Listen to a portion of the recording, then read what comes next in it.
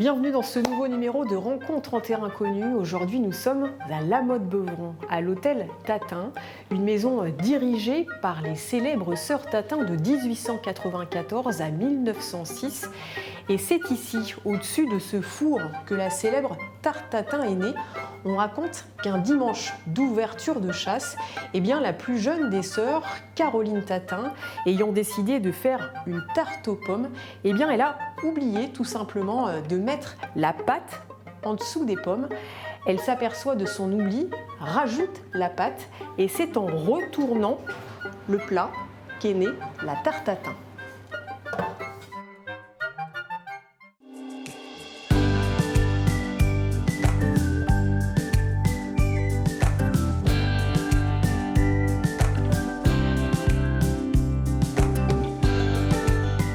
Alors pour connaître tous les secrets de fabrication de la tarte Tatin, c'est ici que ça se passe.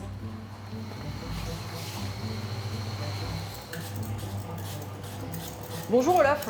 Bonjour. Alors c'est vous le maître de la tarte Tatin? Le maître, je sais pas, mais on a repris l'établissement il y a quelques temps et j'ai eu la chance de travailler avec les anciens propriétaires qui étaient là depuis 50 ans. Donc on a la recette de la maison, disons.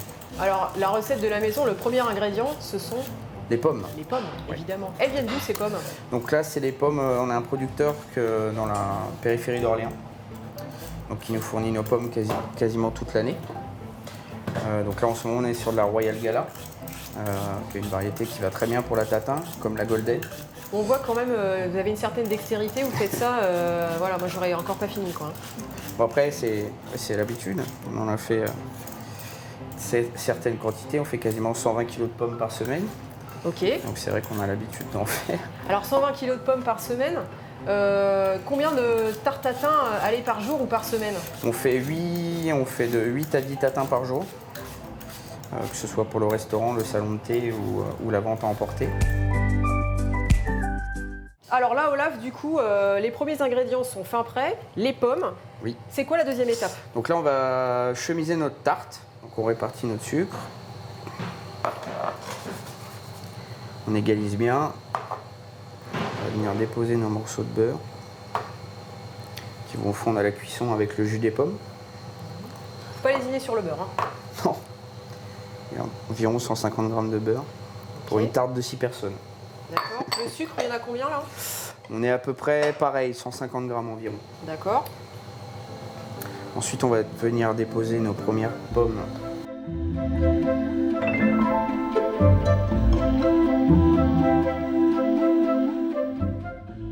Donc on a mis la première couche de pommes et là on va venir compléter notre moule pour venir jusqu'en haut. D'accord. Parce qu'il y a énormément de réduction. Donc si on laissait les pommes comme ça, on aurait quelque chose de très très fin. Alors question bête, parce que là c'est une poêle, c'est pas c'est un sautoir ce qu'on appelle. Oui. Parce qu'en fait on va avoir besoin pour la caramélisation pour pouvoir la faire chauffer sur un feu. Donc le plat à tarte, on oublie pour la tatin. C'est pas pratique. Les poêles à la maison, les poêles avec les manches qui se clipsent, ça pourrait être plutôt bien. D'accord. Après, c'est vrai que nous, on a ces moules-là. Donc là, on est venu rajouter nos pommes pour venir jusqu'en haut du moule. Alors regardez bien, c'est quand même équipé pour, ça va tout va tenir dedans. Hein, Tout à fait. On voit qu'il y a une habitude quand même parce que... Il va me rester un peu. Donc là, on tasse bien. D'accord. Ça, c'est important.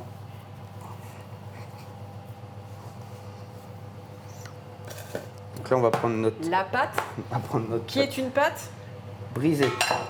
Et non pas feuilletée. Traditionnellement, la tarte Tatin en Sologne se mange avec pâte brisée et sans crème, ni crème glacée, ni glace vanille.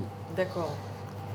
Donc les vrais puristes de la tarte Tatin savent qu'une tarte Tatin, ça se déguste juste comme ça. Juste comme ça.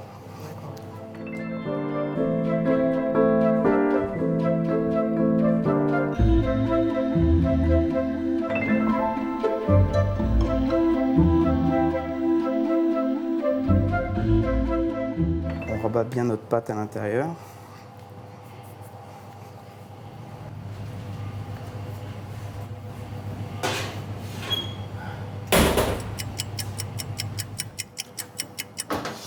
Oui, puis c'est le cas, parce qu'on voit que notre pâte est bien colorée. On peut la sortir. Donc là, elle a déjà très, très bien réduit.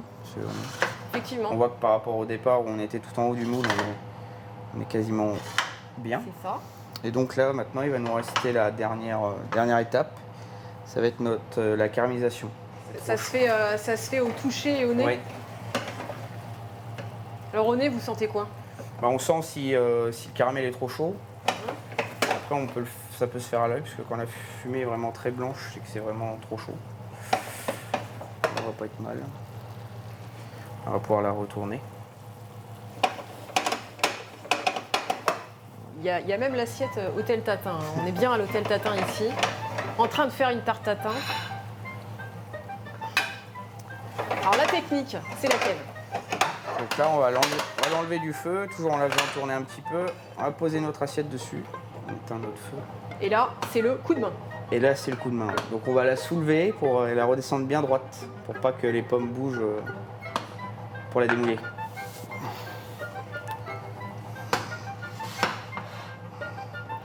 Ça arrive à tout le monde. Donc là, voilà.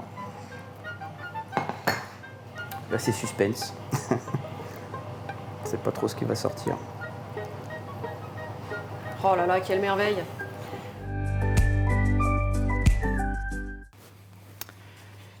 Et voici, bonne dégustation. Merci beaucoup Olaf pour tous ces secrets sur la tarte tatin.